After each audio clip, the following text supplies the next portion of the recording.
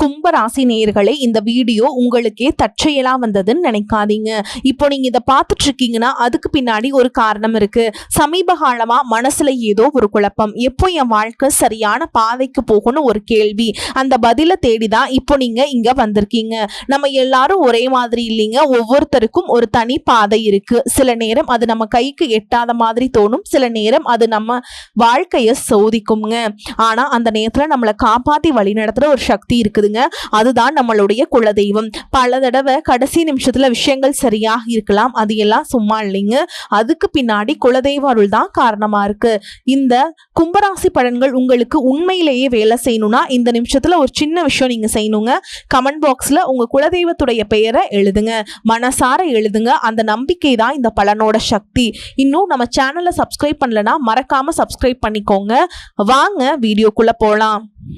அன்பான கும்பராசி நேயர்களே, இனி வரக்கூடிய நாட்கள்ல உங்க வாழ்க்கையில நீங்க நினைச்ச காரியங்கள் எல்லாமே சிறப்பா நடக்கிறதுக்கும், நீண்ட நாட்களாக இருந்த தடைகள் விலகுவதற்கும், குடும்ப உறவுகள்ல ஒற்றுமையும் நிம்மதியும் பெறுவதற்கும், பண வரவு, உடல் ஆரோக்கியம் அதிகரிக்கிறதுக்கும், எதிரிகளுடைய சூழ்ச்சிகளை எல்லாம் முறியடிச்சு ஜெயிப்பதற்கான வழிமுறையையும், நீண்ட காலமாக உங்க மனசுல இருக்கக்கூடிய குழப்பத்திற்கும் நல்ல தீர்வையும், எல்லா சந்தேகத்திற்கும் பதில்களை தெரிஞ்சுக்க இந்த வீடியோவை முழுசா பாருங்க.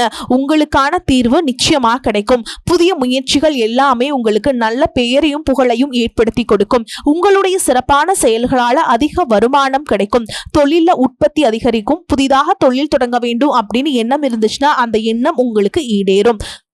ஆரம்பம் முதல் நல்ல லாபம் கிடைக்கும். வீடு மற்றும் வாகனங்கள் வாங்கணும் அப்படின்னு கனவுகள் இருந்தீங்கன்னா அந்த கனவுகள் எல்லாமே உங்களுக்கு நனவாகும். ஏதாவது ஒரு வேலை பாதியில நிக்குது அப்படின்னா கூட அந்த தடைகள் நீங்கி அந்த வேலை முழுசா நடைபெறும். உங்களை பொறுத்த வரைக்கும் குரு பகவான் பலம் பெறும் பொழுது திருமணத்திற்கான தடைகள் இதுவரைக்கும் உங்க மனசுல ரொம்ப இதா இருந்திருக்கும். பலருக்கு திருமணமாகி குழந்தை பாக்கியம் இல்லாததுனால ரொம்பவே கஷ்டப்பட்டுட்டு இருந்திருப்பீங்க. அந்த மாதிரி சூழல்ல இருக்கவங்க மீண்டும் நம்பிக்கையோடு திருமணத்திற்கான முயற்சிகளை செய்யலாம். உங்களுக்கும் உங்களுடைய குடும்பத்தாருக்கும் பிடிச்ச நல்ல வரன் அமையும். நல்ல வேலையில் இருக்கிறவங்களாகவும் இருப்பாங்க, அழகா இருப்பாங்க, குணமா இருப்பாங்க. அவங்க வாழ்க்கையில வந்ததுக்கு அப்புறம் உங்க வாழ்க்கையே ரொம்ப அழகா மாறுங்க. இதுவரைக்கும் உங்க மேல சில பேர் தவறான கணிப்புகளை வச்சிருப்பாங்க.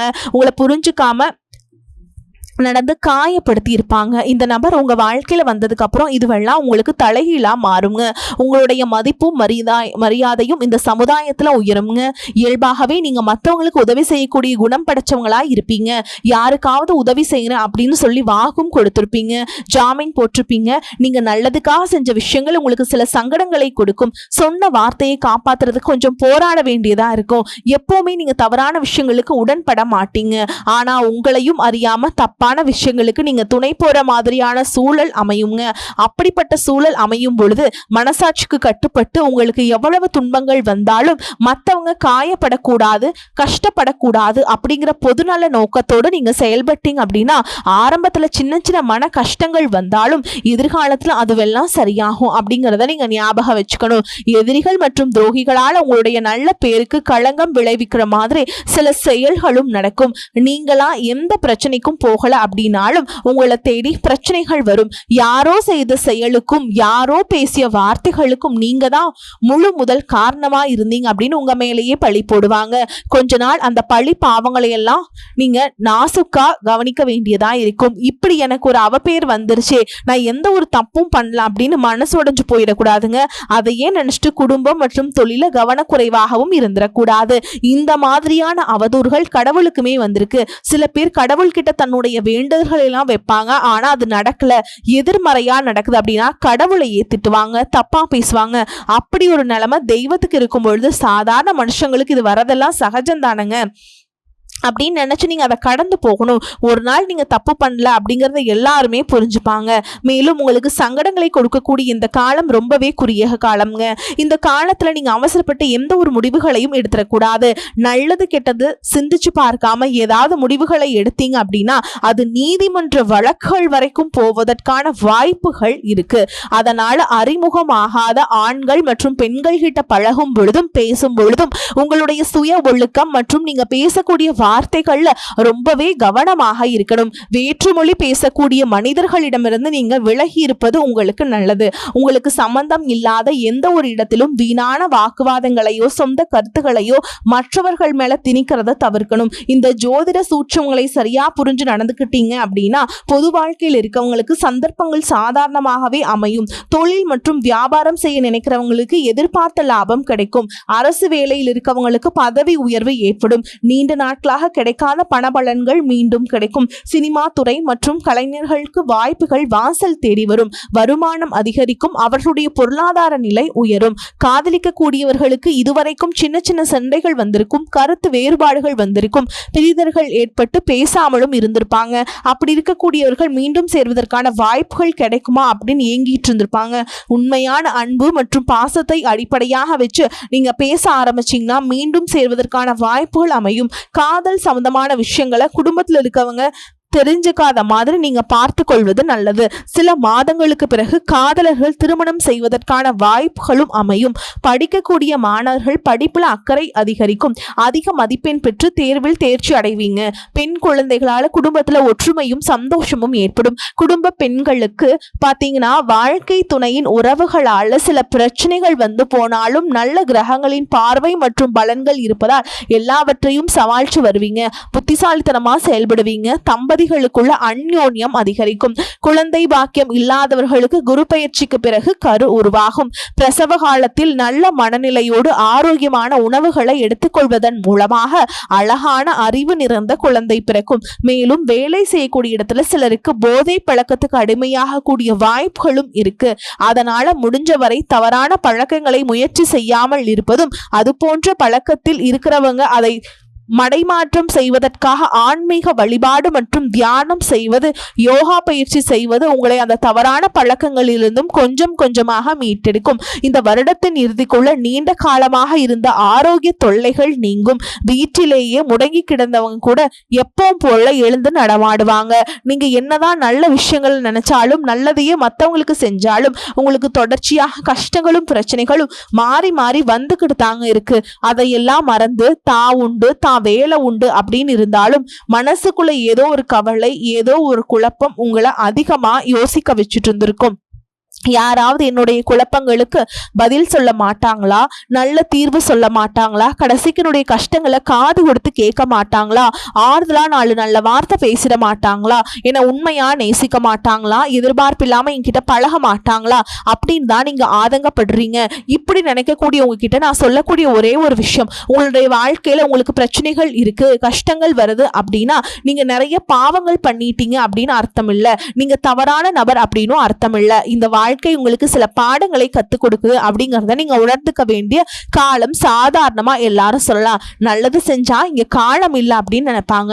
நம்ம நல்ல விஷயத்தை எப்ப செஞ்சாலும் அதற்கான பலன்கள் உடனே கிடைக்கலனாலும் அது காலதாமதமாகத்தான் கிடைக்கும் அப்படிங்கறத நீங்க புரிஞ்சுக்கணும். இப்ப வரைக்கும் நீங்க எப்படிப்பட்ட கஷ்டமான சூழல்ல இருந்தாலும் சரி, அதுவெல்லாம் நிரந்தரம் கிடையாது. உங்க வாழ்க்கை இன்னும் முடிஞ்சிடல அப்படிங்கறத நீங்க ஞாபகத்துல வச்சுக்கணும். இப்போ உங்க வாழ்க்கை இருக்கக்கூடிய கடன் பிரச்சனையோ, கணவன் மனைவி பிரிவோ, அல்லது காதல் தோல்வியோ, அல்லது வேலை இல்லாம கஷ்டப்படுறதோ, இது மாதிரி உங்க வாழ்க்கையில உங்களை சுத்தி நடக்கக்கூடிய எல்லா விஷயங்களும் உங்களை அழிக்கிறதுக்காக வரல, உங்களை மாத்துறதுக்காக வந்திருக்கு. ஒரு புதுவிதமான வாழ்க்கையை எதிர்காலத்துல நீங்க வாழ போறீங்க.